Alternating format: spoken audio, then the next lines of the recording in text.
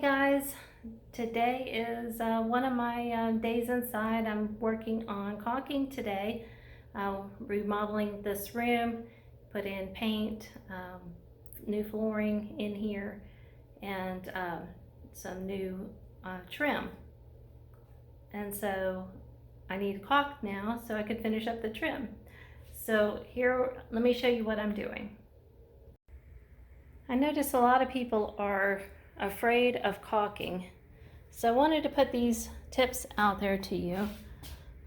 One, I cut the tip off of the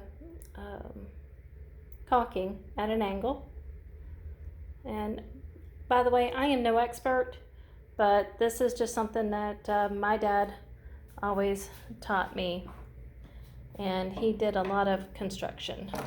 So you want to cut the tip at an angle, and I keep my tip, you could cut it all the way down here, but that's going to leave you a whole bunch of caulk coming out. But I just cut the tip at an angle. It leaves a very small hole there. Let me see here, back it up. It leaves a very small hole in the tip there. And forgive that, it's been used a lot, as you can see, so it's dirty, but this is your best friend right here. So when you're using this, you want to squeeze this steady pressure. You want to keep steady pressure and moving your caulking gun at the same time.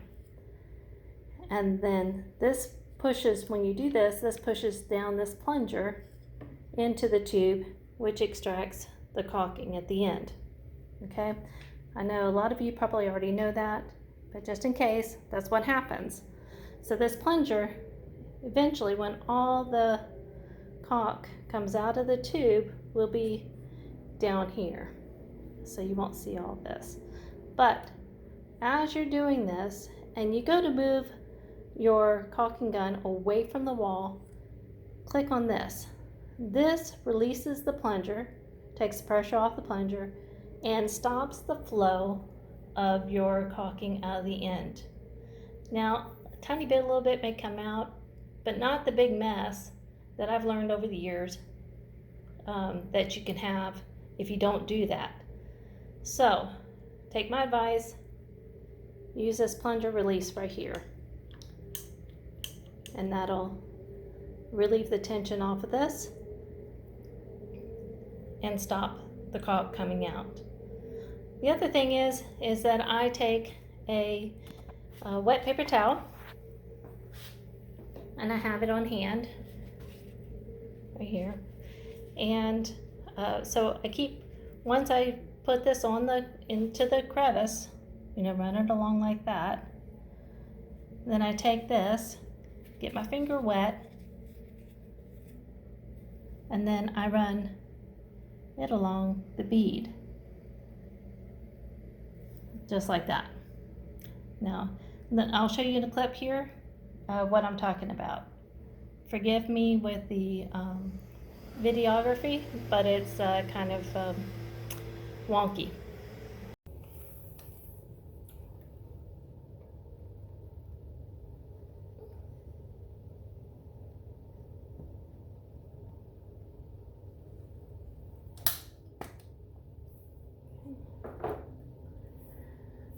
Just get my finger wet.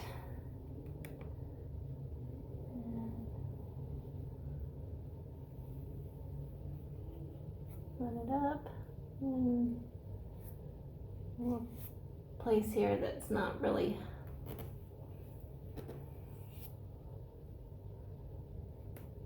a little bit. Okay.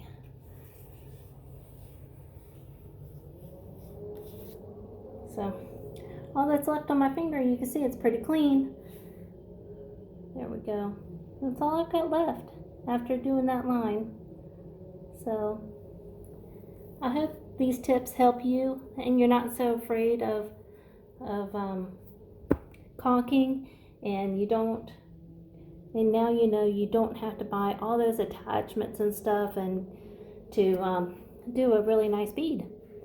And when you come down, you just keep steady pressure at the depth that you want it, and that's all you need to do. So as you can see, no mess, no fuss.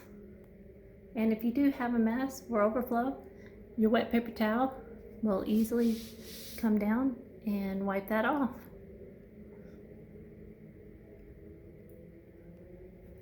So see, this is where I've had to fill in part of that board there, but otherwise looks pretty darn good.